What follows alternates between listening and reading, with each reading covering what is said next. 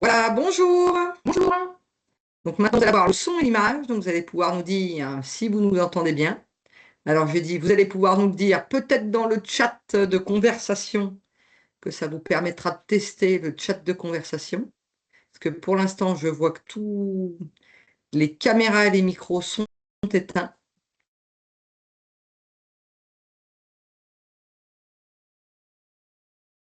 Alors déjà, ça se connecte.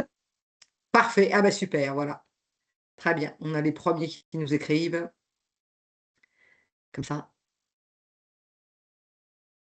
Parfait. On a aussi les gens qui va. Très bien. Et alors attention, là maintenant, je vais partager le support. Comme ça, on voit si ça fonctionne aussi. Tic, et voilà. Ah, donc effectivement, vous êtes ici pour suivre un webinaire sur les points de vigilance en matière de paye dans le BTP et aussi conseils. Donc je suis en train de regarder qu'on verra vos petites questions. Oui. Voilà. Hein, parce que comme on a 5 thématiques, donc on se fera un honneur de vous rendre à l'heure. Maintenant, je rends toujours les gens à l'heure. Donc on regardera peut-être pour prendre les questions au fur et à mesure, on verra. En se faisant gardien du temps. Voilà, je vois qu'il y a encore des gens qui se connectent, donc on va laisser quand même une petite minute, pour que les gens nous rejoignent.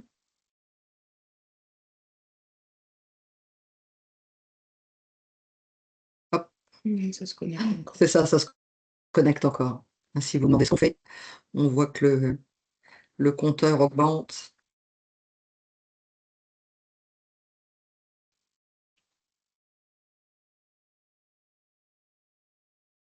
Je vous invite toujours petite conversation, ça compte vos questions, où aller.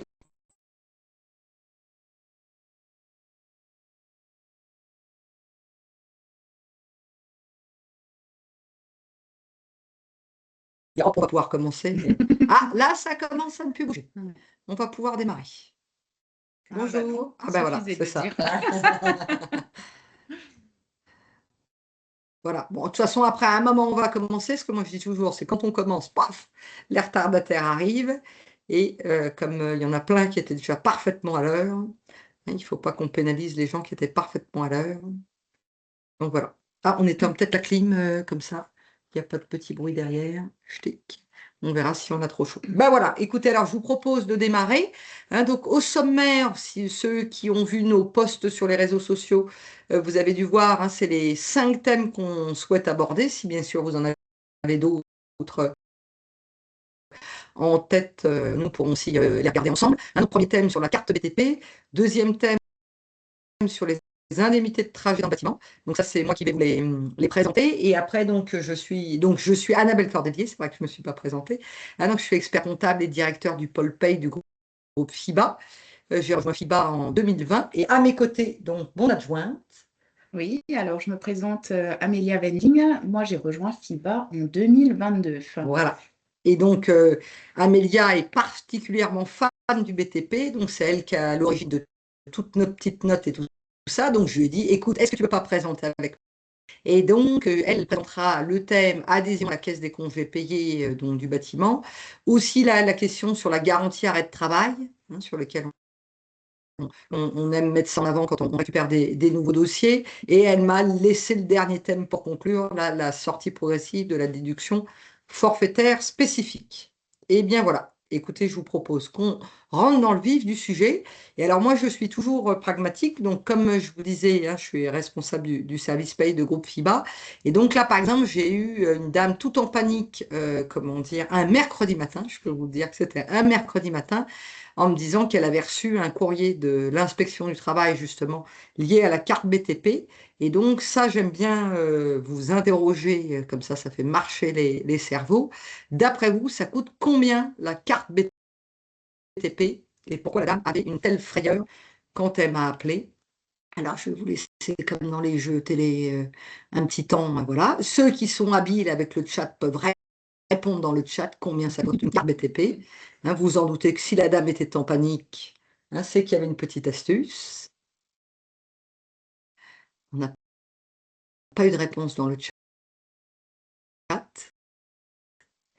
Voilà, pourquoi elle est en panique? C'est qu'elle a un courrier avec une amende administrative à 4 000 €. Ah ben voilà, très bien, il y a quelqu'un qui avait le bon prix, parfait. 4 000 €, alors qu'effectivement, comme quelqu'un, ça y est, en fait, vous voyez, j'aurais dû attendre un peu plus longtemps, il y a des gens qui répondent, alors que la carte BTP coûte que 9,80 €. Donc, immense démarche que vous devez absolument faire. Entre guillemets, elle ne coûte que 9,80 €. Et puis, si vous avez vu sur la petite photo qu'on a faite avant, elle est valable pour 5 ans. Mais effectivement, en cas de contrôle, et si vos salariés ne peuvent pas présenter la carte, l'amende administrative, ça peut aller jusqu'à 4 000 € le salarié. Et on pourrait avoir même jusqu'à une suspension du chantier si des infractions graves sont constatées. Donc cette carte, elle a quand même été faite beaucoup pour lutter contre le travail dissimulé. Donc c'est toute entreprise dans le bâtiment qui a l'obligation de demander une carte BTP. Et vous avez vu, il y a une photo. Donc ça, malheureusement, nous, on peut vous aider un peu à le faire, mais comme il faut une photo de votre salarié, et puis il me semble que c'est un paiement par carte bleue. Oui, Alors, c'est une collaboratrice qui sont particulièrement diligentes et qui se connectent avec le dirigeant, et puis le dirigeant, hop, il donne la carte bleue, et puis ils le font ensemble. Donc la démarche est simple à faire, mais donc effectivement, il faut l'avoir. Donc on a écrit obligatoire pour tous, dès lors qu'on intervient sur un chantier. Donc on vous a dit les CDI, les CDD. Il y a quelqu'un, vous voyez, qui demande pour les intérimaires. Alors je pense que c'est plutôt à l'entreprise d'intérim de faire la démarche. Mais en tout cas, et pour les sous-traitants, c'est pareil. Mais vous, entre guillemets, il faut que vous vous assuriez que la personne l'a bien. Donc, c'est pour ça que je voulais vous le rappeler. Alors, comment c'était possible, là, dans mon cas, que la dame ne l'ait pas? C'est qu'en fait, son mari de patron, il avait travaillé en Allemagne. Donc, il ne connaissait pas la carte BTP en Allemagne. Et le salarié en question, avant, il était dans le domaine agricole. Donc, pareil, il ne connaissait pas la carte BTP, parce que j'ai été regarder à cette occasion. Ça existe depuis 2017. Donc là, ce qui s'était passé, c'est qu'ils n'avaient pas la carte. Ils avaient demandé la carte ensuite, après le contrôle. Et pourquoi ils avaient ce courrier méchant avec l'amende administrative? C'est quand même surprenant. C'est parce qu'ils n'avaient pas tellement dit à la dame qui avait fait le contrôle: oh là là, on est bien désolé, on n'avait pas compris que c'était si grave de ne pas l'avoir. Donc j'ai rédigé un courrier et j'ai proposé aux clients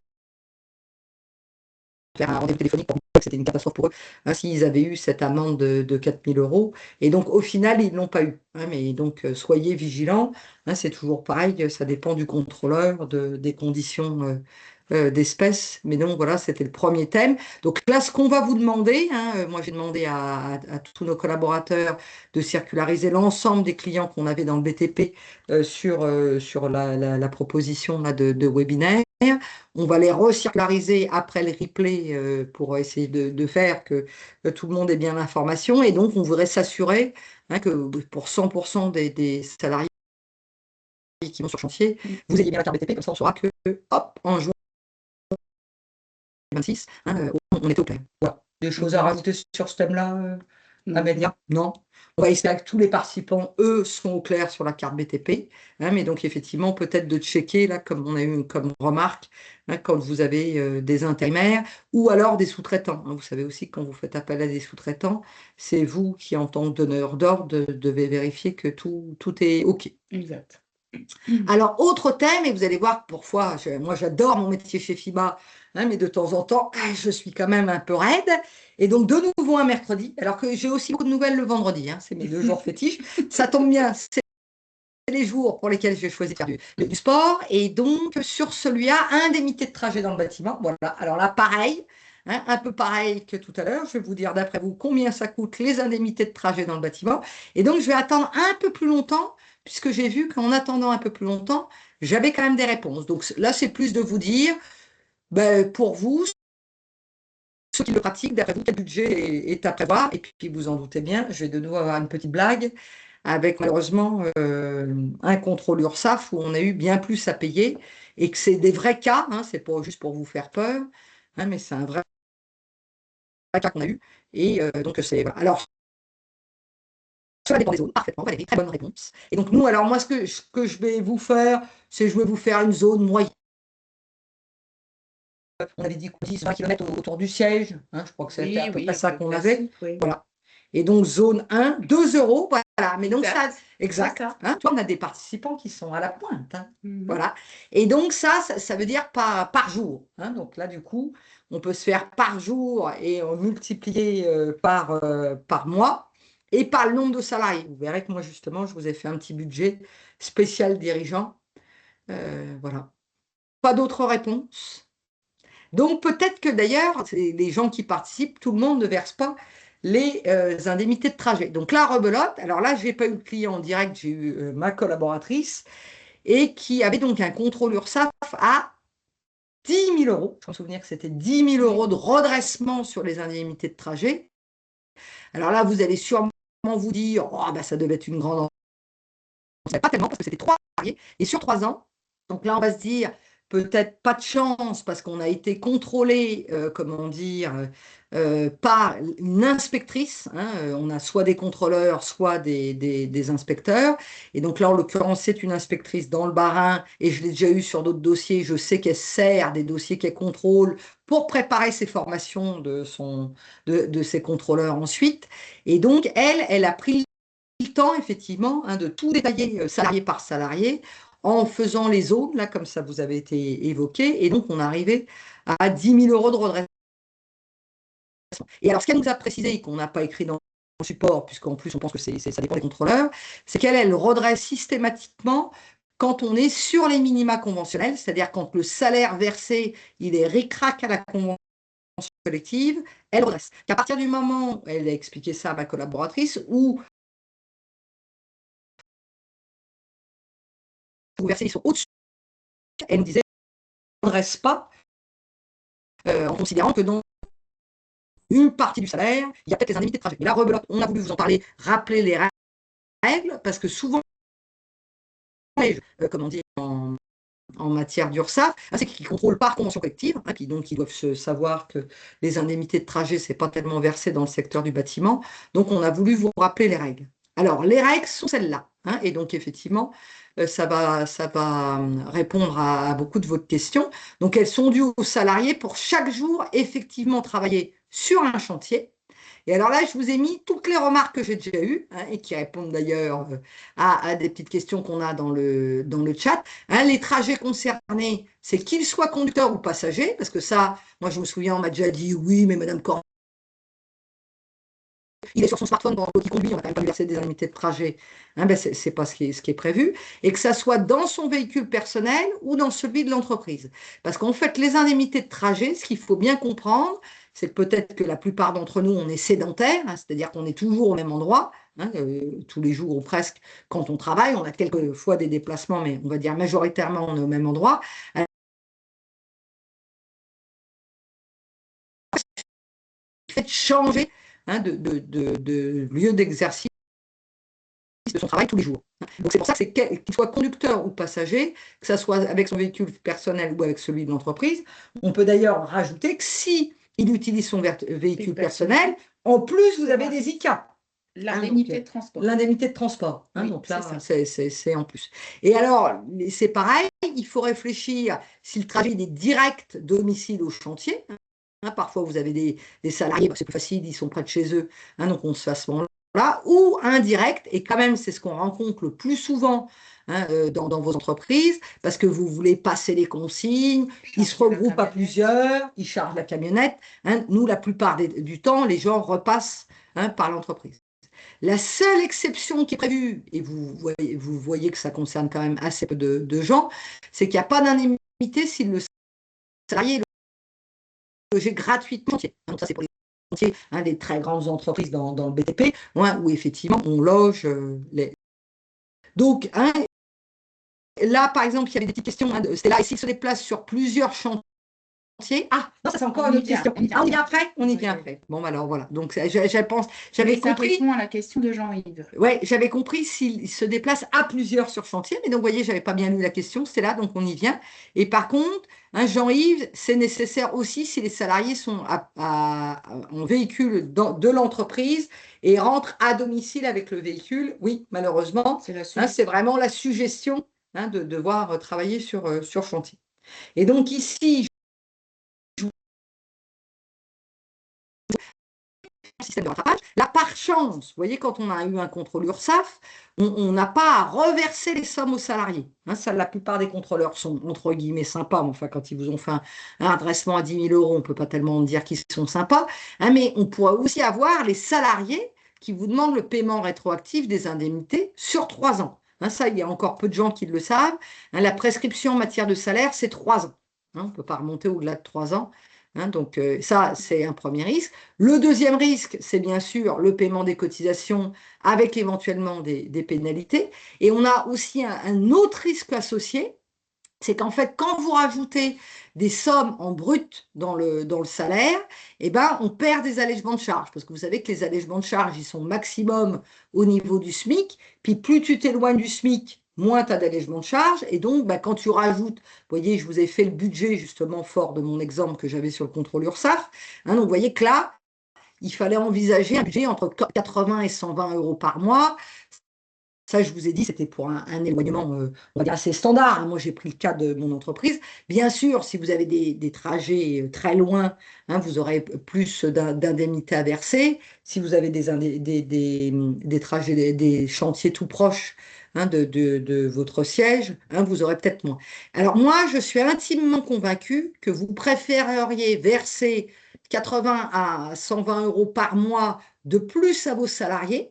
Vous voyez, parce qu'en plus, j'imagine que vous entendez sur un salaire, hein, que donc avec les salariés, ça fonctionne pour ce salaire-là, et donc de distinguer sur une ligne à part l'indemnité de trajet, plutôt que vous voyez d'avoir 3 ans plus tard un contrôle URSSAF où il faut sortir 10 000 euros. En Hein, plus en de plus, ce qui a été négocié, ouais, finalement. voilà, c'est ça. Hein. Donc, c'est pour ça que je voulais absolument vous reparler de ce thème-là. Et alors, justement, Amélia a trouvé de la part de nos partenaires, je te laisse peut-être présenter là ce que tu as trouvé sur les 2 sites. Alors, effectivement, la CAPEB propose un petit diagramme, voilà, que je trouve plutôt clair, qui explique en fait comment on détermine ces 5 zones. Donc, le point de départ, c'est toujours le siège social de l'entreprise ou de l'agence, hein, quand il s'agit d'une grande entreprise qui a plusieurs agences ou plusieurs bureaux. Et après, on part sur ces différentes zones qui sont par 10 km, donc ça va de 0 à 50 km. Et ces zones sont déterminées à vol d'oiseau, donc pas des kilomètres réels, mais à vol d'oiseau. Et la FFB, donc ça s'adresse aux adhérents FFB, je le précise, donc c'est pas ouvert à tous. Mais si vous êtes adhérent à la FFB, vous pouvez bénéficier d'un simulateur de calcul. Donc vous indiquez votre adresse de départ, votre adresse d'arrivée. Ensuite, la FFB va vous déterminer le montant des indemnités de trajet qui sont dues avec, pareil, le même diagramme. Et ensuite, tout ça, vous pouvez l'exporter en PDF et éventuellement pour aussi conserver la preuve en cas d'un éventuel contrôle URSSAF. Et donc là, je réponds à la question qui était précédente. Et s'il se déplace sur plusieurs chantiers, effectivement, à ce moment-là, il faut additionner les différentes zones. Maintenant, très honnêtement, s'il se déplace sur différentes zones, on est quand même très souvent sur la dernière zone, hein, 40 à 50 km, à moins que ce soit vraiment des chantiers juste à côté de l'entreprise. Maintenant, pour éviter tout risque, vous pouvez toujours partir sur la zone la plus élevée quand il y a vraiment beaucoup de chantiers, des dépannages, voilà, des choses comme ça. À ce moment-là, vous ne vous ferez pas redresser, ça c'est certain.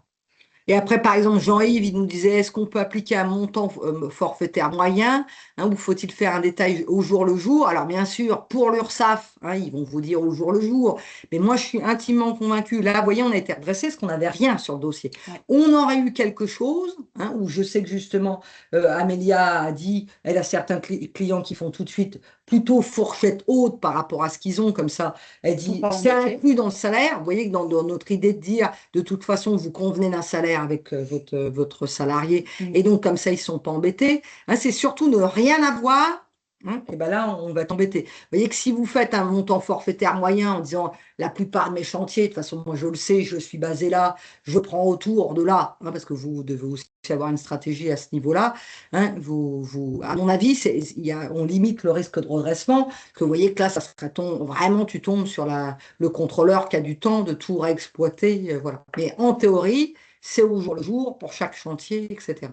Et tu as vu, on a encore une question, s'ils font plus que 50 km. Alors, s'ils font plus que 50 km, donc la limite est km maintenant, effectivement, entreprises, et ça je l'ai déjà vu, qui ont déterminé des zones 6 et des zones 7, 50, 60, 60, 70. Et vous pouvez déterminer votre propre barème. Maintenant, effectivement, le bâtiment encadre, enfin, a déterminé des indemnités de trajet allant de 0 à 50 km et pas plus.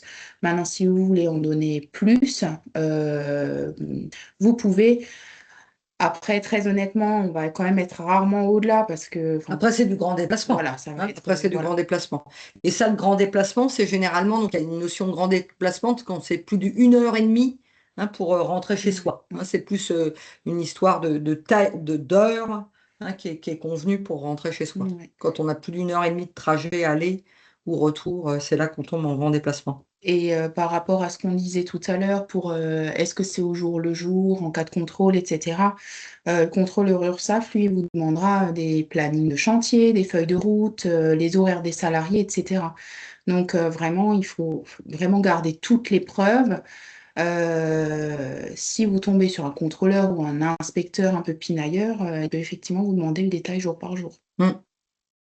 Donc ça, c'était la partie pas marrante, puisque c'est à prévoir, etc. Et par contre, donc on a vu en préparant donc ces sujets-là que vous auriez moyen de faire un accord d'entreprise. Donc ça, c'est notre juriste du Haut-Rhin qui a relevé ça. Alors ce qui est amusant, c'est que moi, je suis, pour ceux qui me connaissent, je suis très transparente et puis très franche. Donc elle a repéré ça sur le site de la CAPEB. Donc la possibilité de faire un accord d'entreprise. Alors, en fait, on tire sur la ficelle, on va peut-être arriver à une autre problématique. Mais donc, on a moyen de dire que lorsque le salarié passe par le dépôt pour prendre le matériel, les consignes, le trajet, ça devient du temps de travail effectif. Et donc, quand je dis qu'on tire sur le fil, c'est que ça, vous allez peut-être dire, ah ben non, mais ça, c'est désagréable, sauf que c'est une réalité. À partir du moment où on repasse par l'entreprise, on n'est plus en temps de trajet, que le temps de trajet, ce n'est pas du temps de travail effectif. Là, on tombe dans du temps de travail effectif. Et donc, par exemple, pour la limite des 10 heures quotidiennes, hop, on déclenche le chronomètre. Et donc, on a moyen de faire un accord d'entreprise et ça serait opposable à l'URSSAF pour dire, eh ben, étant donné que nous, le temps de trajet est déjà rémunéré en temps de travail, eh ben, l'indemnité de trajet n'est pas due. Et donc, on a vu sur le site de la CAPEB que c'est un accord qui serait opposable à l'URSSAF. Donc là, vous pouvez très bien solliciter nos équipes juridiques, ou alors si vous êtes adhérent à la CAPEB ou à la FFB, les solliciter. On sait que parfois il y a des juristes dans ces organismes-là qui aident justement à la rédaction des accords. Mais sinon, nous, nos juristes qui doivent être bien 5, c'est ça, 5, elles sont 5, nos juristes en droit social, sont prêtes à rédiger l'accord. Et ça permettrait peut-être aussi de les solliciter, de déboucher sur d'autres questions. Moi, j'ai déjà proposé justement qu'on travaille sur le contingent d'heures sup, de parler à des gens passionnés par leur métier. Ça peut être aussi déboucher sur d'autres choses que simplement négocier sur cette partie-là. Mais donc, c'est pour ça qu'on trouvait que c'était important de l'évoquer avec vous.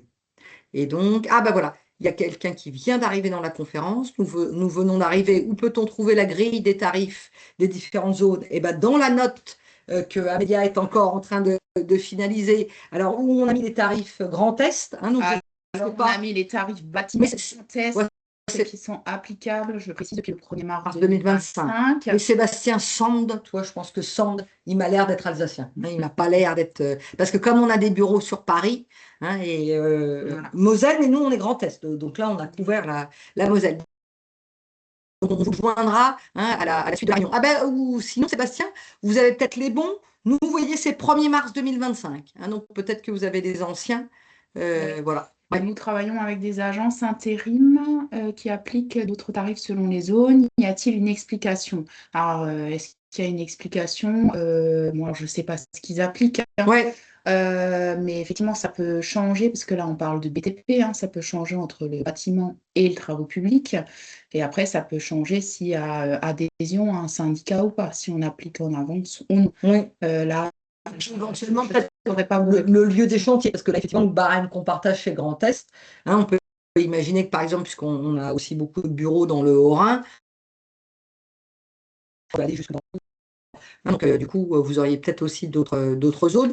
Mais ça, Il il faudrait faut. peut-être poser la Ouais, question à l'agence intérim, ouais, c'est qui ça. sortent leur Ouais, barème exactement. Et puis sinon, l'envoyer à votre gestionnaire de paye, pour pour qu'il qu'ils puisse regardent. Ouais, regarder, comparer. Voilà. exact. Et donc, Valentine, dans le contrat de travail, on ne peut pas prévoir que l'indemnité de déplacement soit comprise dans les salaires ou les primes additionnelles. Non, parce que ça, on a toujours le même souci, c'est qu'il faut que ça figure bien sur une ligne à part. Vous voyez, ça, on ne peut pas le dire.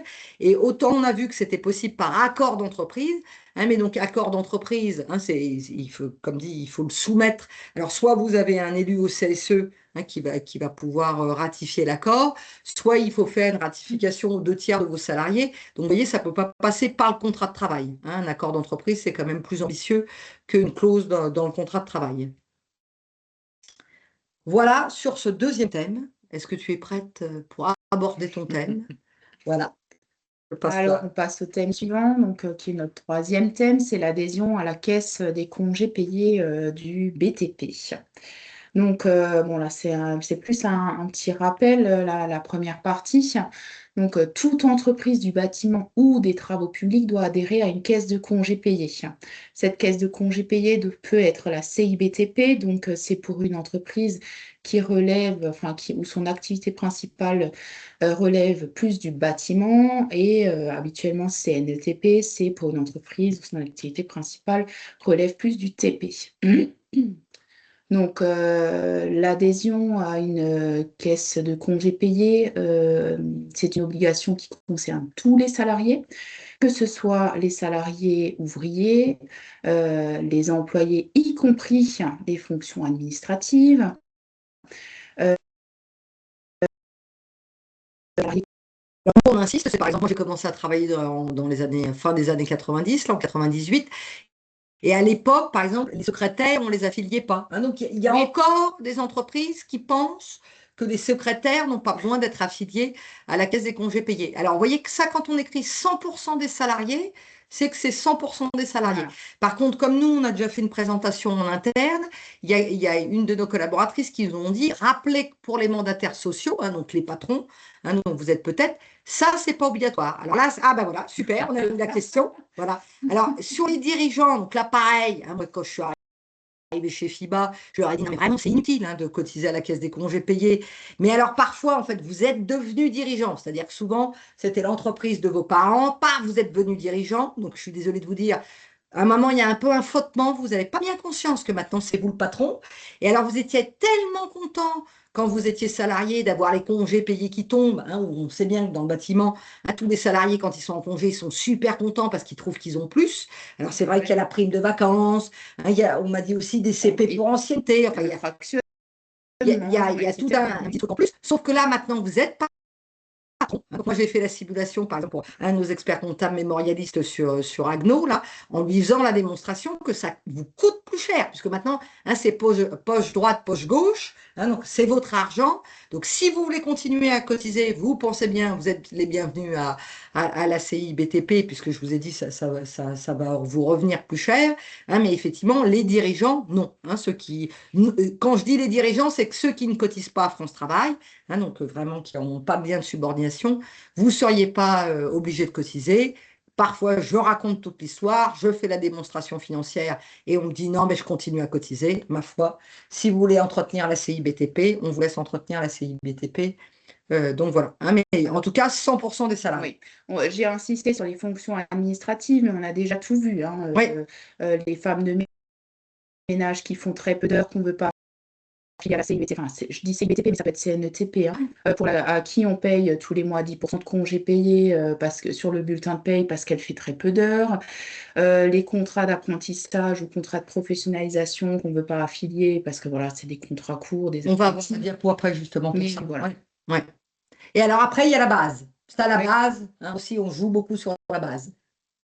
En gros, sur quelle base est-ce qu'on cotise? On peut partir du principe que c'est tout le salaire brut, parce qu'il y a enfin, il y a quasi toutes les primes, qui rentrent, dans la base de cotisation, de la caisse de congés payés. Donc, quand il y a un contrôle caisse de congés payés, moi j'ai surtout eu des contrôles CIBTP, j'ai jamais eu de contrôle CNETP.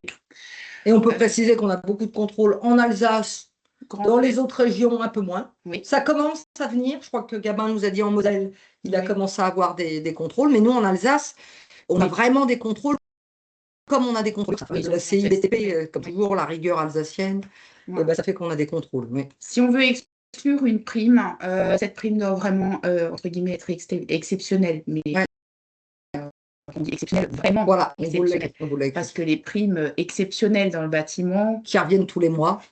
Voilà, ça ne marche pas. Ça marche pas. Et donc la rebelote, bon, vous pouvez le tenter. Hein, ça, c'est comme les resquilleurs dans le métro. Les resquilleurs dans le métro, ils vous disent, ah bah oui, ben là, je me suis fait avoir, j'ai eu l'amende, toutes les années où je n'ai pas payé. Voilà. Mais donc ça, c'est pareil. Hein, on voulait vous rendre attentif sur le risque de redressement réel qu'on a, puisqu'on a des contrôles. Et petite précision là, sur ce point, sur qu'est-ce qui rentre, enfin, quelles sont les lignes qui rentrent dans la base de cotisation. Sur le site de la CIBTP, il propose un tableau, il me semble que ça fait quand même 4 pages, avec le détail de toutes les lignes, toutes les primes, toutes les indemnités journalières, etc. etc.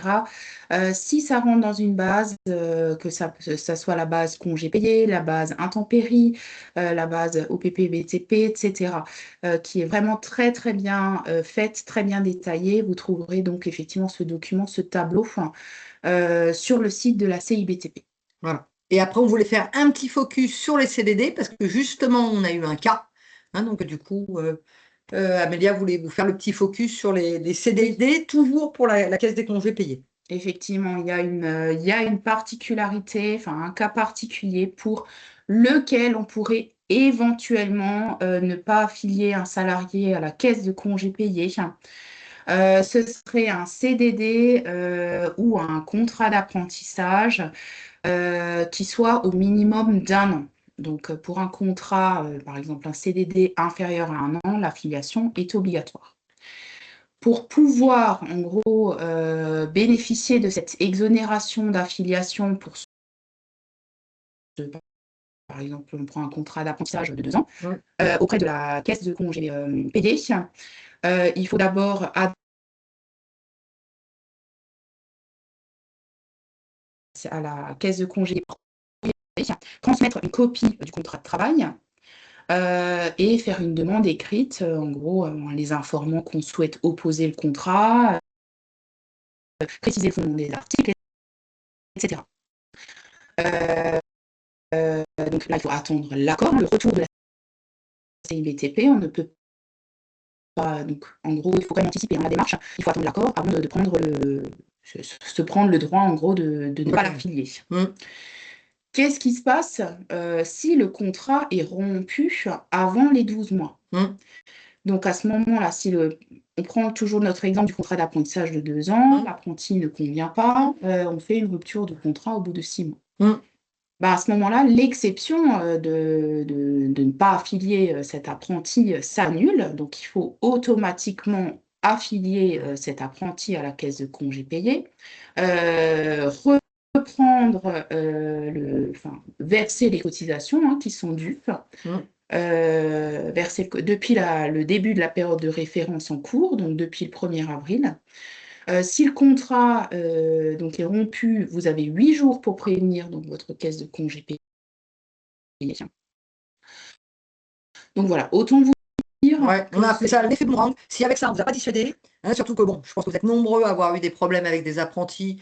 Donc pensez au moment de l'embauche d'un apprenti que ça va aller, ça va durer plus d'1 an. Je pense que ça peut être un apprenti, on peut même donner l'exemple pour un CDD, que vous embauchez, je ne sais pas moi, pour 18 mois, qui trouve un CDI, et voilà, qui s'arrête au bout de 6 mois. Le principe est le même, vous avez fait l'exonération, au final, retour en arrière, vous devez tout rattraper. Au final, est-ce qu'il y a un réel intérêt? Ça fait beaucoup de gestion administrative, beaucoup de courriers, etc. Pour finalement pas grand-chose.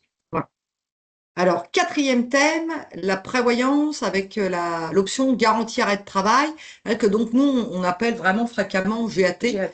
Ça, vraiment, c'est le nom usuel dans le domaine. Voilà. Bon, alors effectivement, la garantie arrêt de travail, ça, vous connaissez normalement tous. On a quand même voulu rappeler le Oui, cadre légal du maintien de exactement salaire. Oui. comment ça se passe dans les faits dans le bâtiment. Donc, l'employeur doit maintenir le salaire en cas d'arrêt maladie ou d'accident du travail. Donc, conventionnellement, le maintien de salaire est de 90 jours à 100% par année civile. Donc là, on avait recalculé le montant des indemnités journalières. Les indemnités journalières qui sont versées par la sécurité sociale couvrent environ 50% du salaire dans la limite de 1,4 fois le SMIC.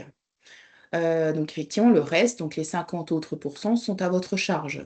Quand on dit dans la limite de 1,4 fois le SMIC, c'est-à-dire que si le salarié gagne plus que 1,4 fois le SMIC, vous avez la différence, le delta, qui est également à votre charge. Ouais, donc là, moi, j'avais voulu vous faire le calcul, hein, parce que bon, forcément, en tant qu'expert comptable, on est fan de chiffres. Hein, donc, vous avez vu que le SMIC, il réaugmente au 1er juin. Hein, donc, je vous ai mis le nouveau montant du SMIC. Il est à 2. Vous voyez, ça fait 2613. Ça, dans le bâtiment, nous, quand même, on a souvent des salaires plus élevés. Hein, par exemple, je disais, assez régulièrement, on voit des salaires, je crois, à 3000. Hein, je ne dis pas de bêtises, avec justement les indemnités, etc.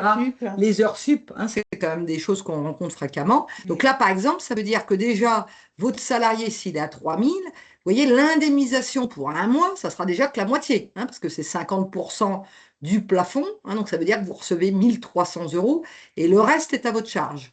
Hein. Et ça, j'ai voulu vous le mettre parce que moi, j'aime bien que mes collaborateurs retiennent les plafonds d'indemnité. Hein, max, là, à partir du mois de juin, donc ça sera plus vrai à partir de septembre, quand on aura déjà eu 3 mois avec ce nouveau montant. Hein, au maximum, les indemnités journalières, ça représentera 42,97. Et donc, nous, on s'est dit, bon, bah, vu la recrudescence des arrêts maladie, hein, vous en entendez parler dans les médias, nous, on le voit clairement en tant que gestionnaire de paye avec le nombre d'attestations de salaire, hein, qu'on a à faire pour des arrêts maladie. On s'est dit qu'il valait mieux prévenir, et donc c'est pour ça que la ProBTP vous propose ce contrat facultatif. Oui, parce qu'effectivement, les arrêts maladie, enfin arrêt maladie, arrêt de travail et autres, c'est quand même des risques financiers qui sont imprévisibles. Hein. Donc la ProBTP propose donc un contrat de prévoyance spécifique en fait qui prend le relais financier pour l'employeur. Donc pour la partie maintien de salaire qui pendant ces 90 premiers jours. Donc la garantie arrêt de travail prend le relais à partir du 4e jour en cas de maladie non professionnelle. C'est-à-dire que les 3 premiers jours de carence sont à votre charge. Toujours ça. Voilà. Et là, il n'y a pas d'IJ de sécu. Hein, donc, les 3 premiers jours, c'est plein pot pour vous. Ouais. Exactement. Mais en gros, du 4e jour au 90e jour, ce serait la garantie arrêt de travail qui prendrait le relais. Et à partir du 91e jour d'arrêt, à ce moment-là, c'est la prévoyance conventionnelle qui est prévue par la convention collective, par ProBTP, qui prend le relais. Et en cas d'accident du travail et de maladie professionnelle, à ce moment-là, il n'y a pas de carence. La garantie arrêt de travail prend dès le 1er jour d'arrêt. Et donc, si on n'a pas la couverture spécifique, hein, voilà, on va avoir des coûts supplémentaires. Exactement. Donc, si on n'a pas cette GAT, déjà, on verse le complément, enfin le maintien de salaire, hein, donc il y a un complément de salaire brut. On paye des charges sociales patronales sur ce maintien de salaire, hein, donc, qui entre dans la base brute. Et puis, bah, si l'arrêt de travail dure plus longtemps, il faut éventuellement également payer quelqu'un pour remplacer le salarié absent. Donc, oui, ça peut vite coûter cher à l'entreprise. Et la rebelote, donc on a voulu vous faire un cas pratique. Alors là, moi, j'ai eu de la chance parce que comme je suis à l'ordre des experts comptables, on a la ProBTP qui est partenaire du Club social des experts comptables. Et donc, ils nous ont donné le coût, hein, de la GAT pour les ouvriers dans une entreprise de 1 à 10 salariés. Hein, donc, comme dit, moi, je ne mésestime pas, hein, pour ceux qui ne l'ont pas pris, hein, que ça représenterait 2,38% de votre masse salariale. En fait, grosso modo, c'est un peu comme toujours une assurance. Hein, c'est savoir si tu prends l'assurance ou tu ne prends pas l'assurance. Mais donc, là, je vous le dis déjà, statistiquement, donc la ProBTP indique que le coût de la GAT, il est couvert dès lors que vous avez un arrêt de travail de 9 jours. Hein, donc là, c'est pour ça qu'on voulait vous en parler, et puis quitte à ce que vous regardiez si vous, dans votre entreprise, effectivement, vous avez remarqué une recrudescence des arrêts de travail. Bon, moi, je suis moins, on va dire, négative s'agissant d'ouvriers du bâtiment, parce que quand tu n'es pas bien en tant qu'ouvrier, tu ne peux pas travailler. Bon, nous, quand on a une migraine, on n'est pas bien, on est barbouillé, bon, à la limite, on peut télétravailler, hein, c'est pas pareil que quand tu dois aller travailler sur un chantier, là où il faut que tu sois à 100% de tes capacités. Mais enfin, on a tous aussi, dans le BTP, c'est juste qu'ils ont fait la fête tout le week-end et qu'ils sont pas aptes le lundi, hein, ça, on l'a pas que dans le BTP, mais bon, ça, c'est quand même des arrêts de travail qu'on a aussi. Alors là, on a voulu vous faire une simulation avec, vous voyez, un salaire brut à 2 850 euros. Donc la garantie, hein, le coût, hein, j'ai fait les 2,38%, ça c'est 100% patronal, vous voyez, ça vous coûte 67,83 €. Et par exemple, je vous ai fait le coût du maintien d'un arrêt de 90 jours, hein, parce que même s'ils vous disent que c'est rentabilisé à partir de 9 jours, c'est bien sûr quand les arrêts perdurent que ça commence à coûter cher. Et puis je vous ai mis un peu le calcul, parce que je sais que par contre dans le bâtiment, vous êtes bon aussi en maths, hein, il n'y a pas que les experts comptables qui sont bons en maths, vous êtes aussi bon en maths. Comme ça, vous pouvez faire aussi la simule avec vos salaires. Donc ça, j'ai pris le plafond, hein, puisqu'on est au-delà des 1,4 fois le SMIC. Donc vous voyez que là, le coût du maintien pour l'employeur, c'est 4 811, auquel il faut que vous rajoutiez vos charges sociales patronales, dont vous savez qu'elles sont très élevées, on va dire, à cause de la caisse des congés payés du bâtiment, hein, où vous montez à 60%. Hein, donc ça, alors vous allez dire, ah ben forcément, vous avez fait un exemple extrême, mais c'était aussi pour dire qu'on s'arrête aux 90 jours, puisqu'après, comme vous l'a dit Amélia, ensuite, il y a la prévoyance normale. Et le BTP, ça c'est l'accès commercial qui m'a appelé, qui m'a dit, ça couvre aussi les charges sociales. Hein, donc ça veut dire que ça couvre les 4 811 qu'on voit là, plus les 60%, hein, sur les 100. Hein, donc, me permet quand même juste de rajouter ou de préciser, quand vous choisissez, enfin, ou quand vous optez pour la garantie arrêt de travail, vous n'êtes pas obligé d'opter pour la garantie arrêt de travail pour toutes les catégories de salariés. Estimer en fait que vous avez vos ouvriers qui sont quand même régulièrement en arrêt de travail, vous pouvez opter pour la garantie arrêt de travail que pour la catégorie ouvrier et ne pas la prendre pour la catégorie état mucal. Ouais, ça c'est super, tu t'es fait la remarque, parce que c'est pareil, moi, ce thème-là, il m'avait été amené, parce qu'on avait justement une employée administrative, donc qui relève de la catégorie ETAM, hein, ETAM, ça veut dire employé, technicien, agent de maîtrise, et dans l'entreprise, on avait eu une GAT pour les ouvriers, d'ailleurs avec un taux légèrement supérieur, parce qu'en fait, on était dans une entreprise de 10 salariés. Donc c'est ça que je voulais vous préciser aussi, hein, c'est que quand on est dans des entreprises plus petites, hein, c'est-à-dire moins de 10 salariés, en fait, vous avez le taux de la branche. À partir du moment, hein, où vous avez plus de 10 salariés, vous savez, c'est pareil pour les complémentaires santé ou les prévoyances. À ce moment-là, il y a une analyse qui est faite au niveau de votre entreprise. Hein, donc là, par exemple, je dirais bien qu'ils étaient à 2,62 pour les ouvriers.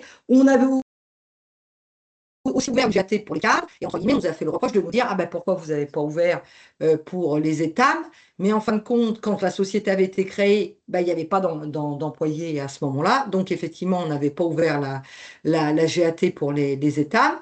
Entre-temps, on leur a proposé, mais vous voyez, il faut toujours ramener le coût de la garantie. Hein, vous voyez, moi, je lui ai fait le calcul à 2,62% de son salaire annuel d'État par rapport à un maintien. Je crois qu'en l'occurrence, elle avait été malade 10 jours. Bon, vous voyez que si c'est un arrêt ponctuel, hein, un coup de temps en temps, hein, ça vaut peut-être pas le coup de prendre la GAT.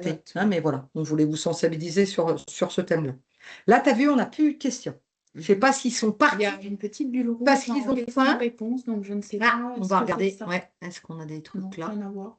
Non, ça non. Hein, et donc, vous n'avez pas de questions, on est parfaitement clair, parce que nous, en termes de timing, on est très bien, Mélia, parce que tu as vu 11h44. Ah, ben voilà.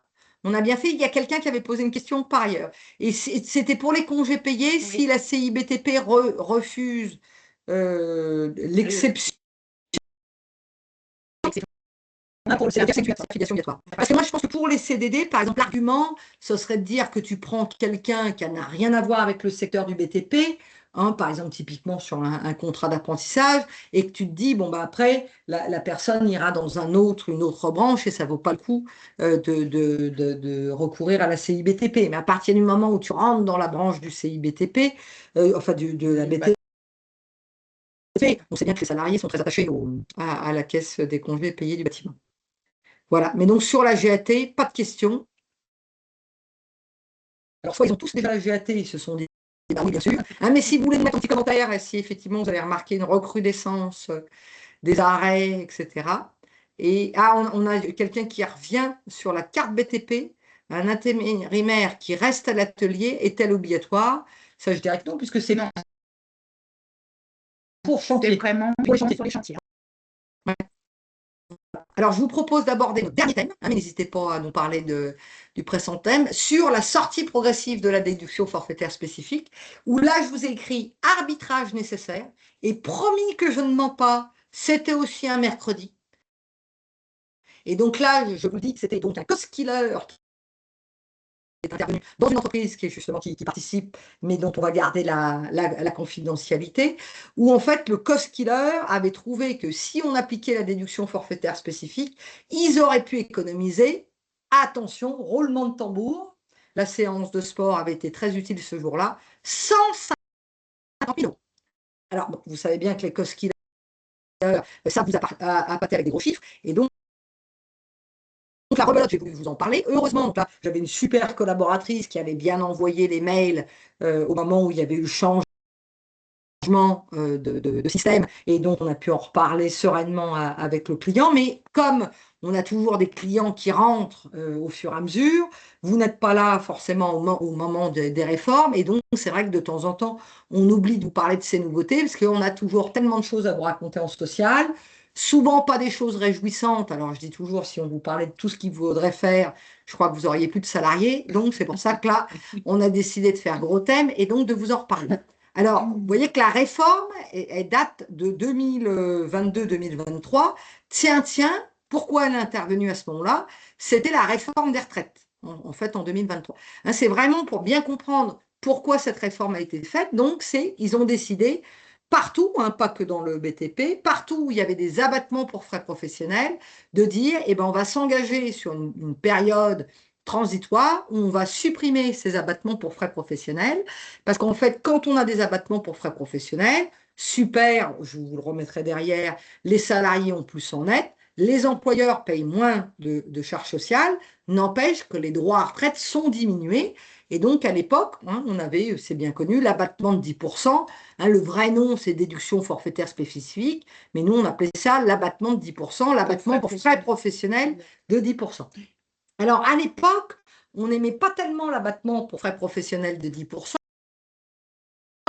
parce que souvent, il y avait aussi des retours de manivelle en cas de contrôle URSSAF, où on avait maintenu l'abattement pour frais professionnels quand le salarié était malade. Or, comme il était malade, on n'avait plus le droit à l'abattement pour frais professionnels, donc ça nous faisait une gymnastique. Et puis surtout, hein, pour les anciens qui participent, il fallait qu'on remette les frais professionnels qui étaient remboursés aux salariés dans le brut. Exact. Et d'ailleurs, c'est pour ça qu'on avait cet abattement de 10%, parce que grosso modo, hein, si tu avais le brut plus les frais professionnels qui étaient dans le brut, tu faisais l'abattement de 10%, peu ou prou, tu revenais à peu près au salaire brut, quoi. C'était ça la justification.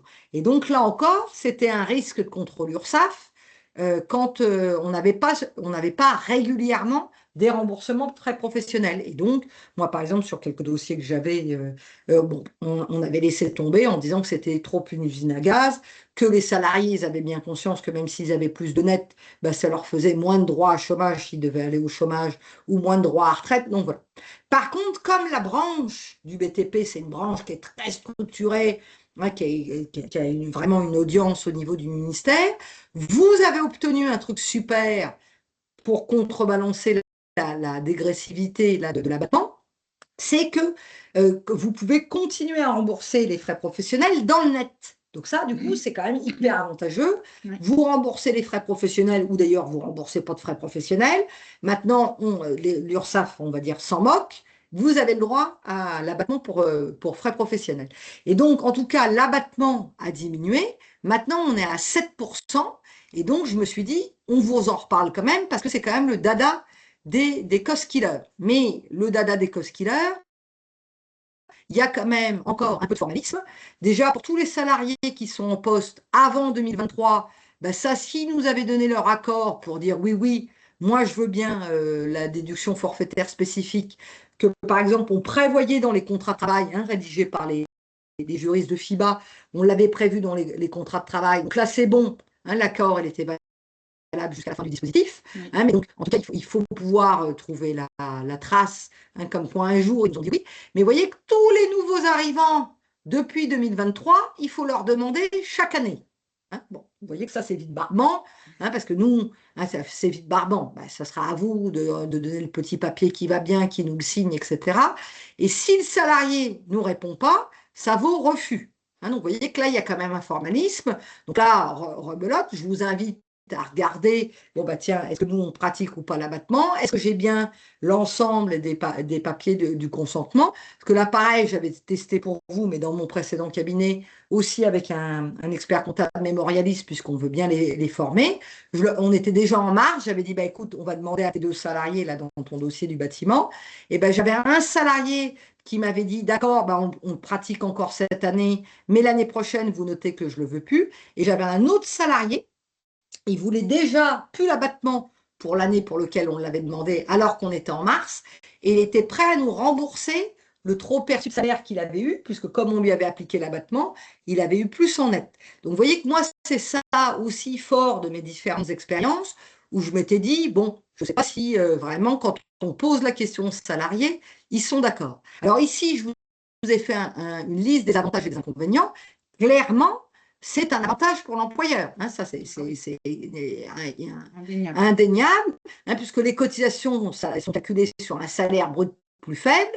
Dans la mesure, par contre, où le salaire abattu reste supérieur au SMIC, hein, donc c'est ça aussi que j'ai montré là à notre entreprise cliente qui était concernée par le post c'est qu'en fait, il avait beaucoup de jeunes collaborateurs où donc on payait ric-rac au SMIC ou juste un peu au-dessus du SMIC, mais avec l'abattement, finalement, ils ne bénéficiaient pas complètement de l'abattement. Et après, les autres cas, eh ben, c'était des salariés qui allaient être bientôt en retraite. Et donc, hein, on a déterminé avec le client que justement, ils n'auraient pas été d'accord pour pratiquer l'abattement, puisque ça leur aurait diminué leur droit à retraite. Hein, mais comme dit, ça c'est un arbitrage. Hein, je pense que le bon terme, c'est de dire que c'est un arbitrage qu'il faut que vous fassiez dans votre entreprise. Donc désolé hein, si ça a été loupé chez vous, qu'on ne vous en a pas reparlé aussi clairement que ce que je viens de faire, hein, mais ça ne nous pose pas de problème de vous en reparler, sachant que bon, c'est amené à disparaître, hein, parce que si je vous remontre le tableau, vous voyez que c'est quand même, hein, ça diminue au fur et à mesure,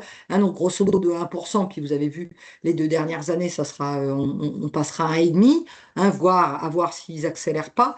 Hein, mais donc, comme on faisait un sujet spécial BTP, hein, on voulait vous parler de tous ces thèmes. Et voilà, et donc tu as vu, 11h52, Amélia, je vais nous remettre comme ça, ils vont de nouveau nous voir en grand. Et donc, ça veut dire qu'on a 8 minutes de questions-réponses. Et donc, ça veut dire aussi que vous voyez que pour tous les autres thèmes qu'on pourra proposer en webinaire, hein, vous pouvez tout à fait vous inscrire. On tient le timing. Hein, donc, il n'y a pas de truc de débordement Oui. si jamais ça vous faisait hésiter. Donc, merci de nous avoir suivis. On voit que vous êtes toujours aussi nombreux qu'au début. On en a même gagné en cours de route. On a gagné. Hein, c'est ça, on est content parce que ça, on n'avait plus vu. Une fois qu'on était lancé, on était lancé. Est-ce qu'on avait d'autres thèmes à aborder ou pas particulièrement il y avait juste Priscilla qui nous avait dit que la CIBTP maintenant gère aussi quand vos salariés sont en maladie pendant leur congé. Donc, c'est à eux d'écrire à la CIBTP qu'ils sont en maladie et que la CIBTP maintenant, comment dire, est OK pour. Amélia m'a dit que vous vouliez revoir les avantages et inconvénients de l'abattement. Je vais vous le remettre. Et donc, la CIBTP peut recréditer hein, les jours de congé qui n'ont pas été pris avec la maladie. Est-ce qu'il y aura un replay? Oui, nous étions enregistrés, donc il y aura un replay. Hein, ça, justement, ça va vous être envoyé par notre service com avec la petite note complète hein, qui reprend les différents thèmes. Donc, il faut toujours que ça mouline un petit peu. Et donc, vous nous demandiez de remettre le tableau avec avantages et inconvénients. Bon. Et il y avait peut-être une petite question. De Young, oui. Participant Young. Ah, est réellement intéressant pour les salariés? Ça, non, pas du tout. Ah si, le net direct. Pour les jeunes qui veulent plus de sous en direct. 13 honnêtement, j'ai déjà fait, j'ai simulé déjà, plusieurs cas. La différence n'est vraiment pas énorme sur le net, mais vraiment, vraiment pas. Sur Donc l'abattement, quoi. oui, Ouais. bah, entre l'abattement et pas l'abattement, Mmh. pour le salarié, pour moi, ça ne l'est pas, c'est pour l'entreprise que Ouais, ça c'est l'est. ça, pour l'entreprise, ouais. Et alors voilà, ensuite on a une question de nouveau sur l'abattement, de Valentine. Pour éviter de recueillir le consentement chaque année, pouvons-nous établir un document écrit et signé qui stipule que le salarié opte pour l'abattement forfaitaire et que s'il change d'avis, il doit nous Non. prévenir? Non, pour les salariés qui sont arrivés après 2023. Après Valentine, je ne sais pas quelle est la taille de votre entreprise, parce que dans les très grosses entreprises, mais il faudrait qu'on revoie si à la faveur des nouveaux textes, ça serait bon. Dans le temps, alors je vous dis dans le temps, c'est avant 2023, par exemple, il y avait des entreprises qui décidaient ça par leur CSE. On avait une décision conjointe avec le CSE que ça serait applicable pour tout le monde. Mais à mon avis, c'est plus bon maintenant dans les textes que pour les nouveaux arrivants. Alors ça vous couvrirait pour les anciens, mais après ça vous ferait aussi une distorsion avec les Oui, nouveaux à qui on demanderait l'avis. Plus de NEC, donc plus d'impôts et moins de cotisations pour la retraite, ouais, c'est bien ça, monsieur Young, c'est sûr, ouais, plus, et c'est vrai, plus d'impôts, plus oui. d'impôts. Et on a déjà des remerciements, donc ça veut dire qu'il y a déjà des gens qui vont nous quitter, mais merci pour votre participation, et puis donc Merci, oui. pour un prochain webinaire sur éventuellement un autre thème, et en tout cas, pas de souci pour solliciter directement vos gestionnaires de paye, pour on puisse vous répondre. Merci beaucoup. Au revoir. Merci. C'est comme ça. Fin de l'événement. Tic. Bon, bah, c'est bien qu'on ait rendu à temps, hein? Fort intéressant. Ouais, très bien. Bah, ça, normalement, on les aura après les réponses.